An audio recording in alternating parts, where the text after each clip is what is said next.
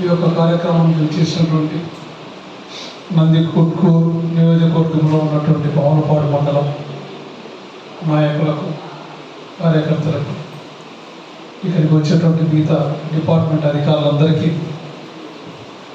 నా వందనాలు. ఈరోజు మనకు ఈ మెడికల్ క్యాంప్ మనము పెట్టుకోవడం జరిగింది. మన యొక్క గౌరవ ముఖ్యమంత్రి గారు ఆదేశానుసారము 25 లక్షల రూపాయలు దీనిపైన ఒక్కొక్క వ్యక్తికి మనము మన గవర్నమెంట్ ఇవ్వడం జరుగుతుందని చెప్పేసి వారు చెప్పడం జరిగింది. ఈ బ్రోచర్స్ ఏవైతే ఉన్నాయో ఆ బ్రోచర్స్లో మీకు దీని గురించి చాలా సవివరంగా ఎలా ఏంటి అనేది మీకు తెలియపరచబడుతుంది. ఇప్పుడు మేము ఇది ఓపెన్ చేసిన తర్వాత మీ అందరికీ అలా ఒక కాపీ ఇస్తాము. మీరు విన్నప్పుడు ప్రతి ఒక్కరిని దీన్ని ఎలా వినియోగించుకోవాలి, ఇది ఎలా ఉపయోగపడుతుంది అని స్ఫూర్తిగా కోరుకుంటున్నాను.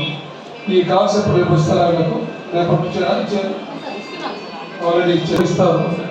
మనది కూడా పవనపాడు మండలంలో ఈ గడప రెండవసారి కూడా నేను క్రిస్మస్ ముందే పవనపాడు మండలంలో మధ్య నుంచి స్టార్ట్ చేయాలనుకుంటున్నాను. ఎందుకంటే దానివల్ల ఏంటంటే మళ్ళీ మీ అందరికీ ఒక అవకాశము, గ్రామాలలో ఉన్నటువంటి లీడర్లకు మీరు చాలామంది ఇప్పుడు మా రూట్లో మా ఏరియాలో వేశారు, మా ఇంకొక ఏరియాలో వేయలేదు అని చెప్పేసి చాలామంది మిమ్మల్ని ఊళ్ళల్లో ప్రశ్నిస్తున్నారు.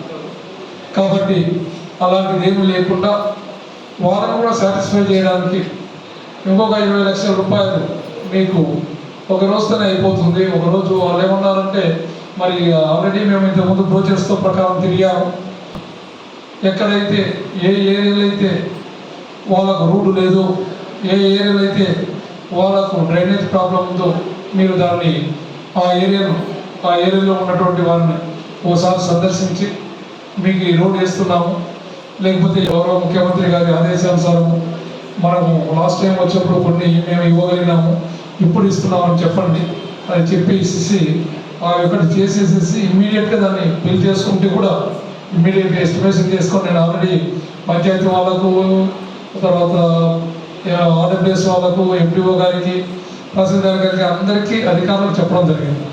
నేను గడప మాత్రం డబ్బులకు డోకా లేదు, ఆ డబ్బులన్నీ కలెక్టర్ గారి దగ్గరే ఉన్నాయి. కాబట్టి మీరు అది కూడా చేసుకోవడానికి ఒక వెసులుబాటు ఉంది. మ్యాక్సిమం నేను ఎన్ని చేయగలుగుతానో అన్నీ చేస్తానని చెప్పేసి మీ అందరికీ మాటిస్తూ ఈ యొక్క కార్యక్రమాన్ని ఎందుకంటే 12 గంటలకు కింద మన గౌరవ ముఖ్యమంత్రి గారు మనకు వీడియో కాన్ఫరెన్స్లోకి వస్తారు. కాబట్టి మనం అందరం కిందకు పోవాల్సిన పరిస్థితి ఏర్పడుతుంది. కాబట్టి మీరందరూ ఈ యొక్క బ్రోచర్స్ కార్యక్రమం అయిపోతేనే కింద అంతమంది పడతారు, కిందికి వెళ్దాము. కాబట్టి ఇది కూడా ఈ బ్రోచర్స్ తీసుకొని మీరు ఒకసారి చదివిన తర్వాత గ్రామాలలో సవివరంగా వాళ్ళకు వివరించాలని చెప్పేసి మిమ్మల్ని అందరినీ కోరుకుంటూ సెలవు తీసుకుంటుంటాం.